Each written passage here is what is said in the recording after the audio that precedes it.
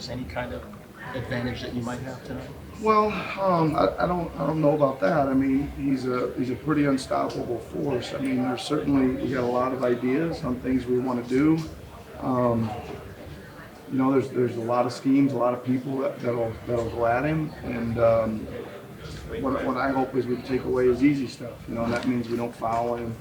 I'd like to take his three-pointer away. I think he only makes one or two a game sometimes, but he also can make. We've seen him make five, and just stroll up the court and slam on the brakes, and he just takes that thing, and that's easy points for him, and that's what I think. If we make him work and we make him take a high volume of shots, and make him the shots we want him to take, and he makes a bunch of them, then so be it. But we don't want to give him the easy stuff. We want to go at him, but be aggressive and make him work. How transferable are schemes from one game to another with players that are like that? Well, there's some similarities, right? And we've been, it's not just this game and that game. There's some things we pull out from other guys that we've been playing against here recently, which is helpful.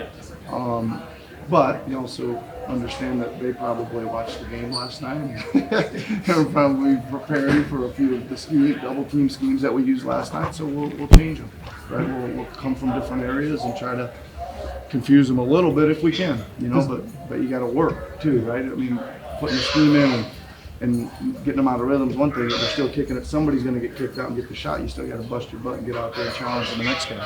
Does Kawhi handle his doubles, handle traps a little differently this year, or did you see that evolving as the year went along last year? It certainly evolved last year. I think if you guys remember right, I remember about Game 4 of the year, somebody came in and just went an all-out blitz on him and kind of startled all of us, and him as well. And so then we got to work on things, and most of it was not really him. It was positioning of the other guys and where they were going to go and spacing and things like that. And then we just kind of got better and better as the year went on. Coach, aside from the championship, do you have a favorite moment throughout the year with Kawhi from last year, aside from the title? I mean, there was a lot of them. I had some really interesting, and I would say cool one-on-one kind of meetings with him where I got some insight about who he was as a player and a person, which I don't think I'll ever forget. How has Pascal emerged for the team this year? Yeah, I mean, I think he was emerging, right? Certainly played phenomenal last year, and especially in the finals, etc. And I just think, with Danny and Kawhi departing, an opportunity surfaced for him to, be a little bit more of a go-to guy, a lot more opportunities, a lot more shot chances. We're just taking him, right? We're just giving him as many reps as he can and bringing it up the floor and playing screen and roll, playing in the post, whatever way he can figure out to use the 100 different moves that he uses in a game. We just want to keep giving him the reps, man, and let him go and see how far he can take it. He was talking about leadership yesterday, and he's trying to be a little bit more vocal and watching guys like Kyle and Fred, who are maybe more natural leaders. How have you seen that sort of coming along on and off the court in terms of his leadership? Yeah, I don't know really. I think there's a lot of similarities, or some similarities, to him and Kawhi.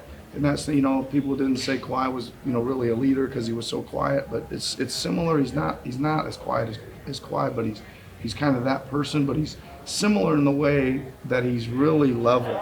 You don't really see him get very emotional up or down, really, and you don't see, he'll chirp at the referees a little bit, but he does it in a, fairly quiet manner, and those, it's not demonstrative or whatever. So I love his demeanor that he's got, and even like last night I thought was great. He wasn't having a very good game there for a lot of that game, and then just kept at it, and then end up like taking over the thing. And that's, you'll see a lot of these star players play that way, where it's just not quite their night, but they stick with it, and then they produce in the fourth quarter. What was it about the one-on-one meetings with Kawhi that were impressionable? They were just things about getting to know his makeup. Like I just thought it was really interesting how he always talked about all he really cared about was playing, staying healthy and playing for a long time and winning. We didn't, you know, I don't know, we'd have conversations. I was like, oh, you could have 40 last night. He's like, I don't care about that. You know, I goes, coach, we gotta get the win. We got to get better. And it's a good team, and it's all I'm about. And I don't know. I just thought it was really, really cool for him to just put that as his real focus of what he was doing. Hey Nick, you're one of the first, I think, of a handful of Eastern Conference teams that's going to come to LA and play Lakers and Clippers in a back-to-back. Is everybody playing them back to back? There's a handful of teams that are going to do it this year. Do you like not having to make an extra trip here, or? No, we love LA, man. We'd like to come out here more than twice a year if we could.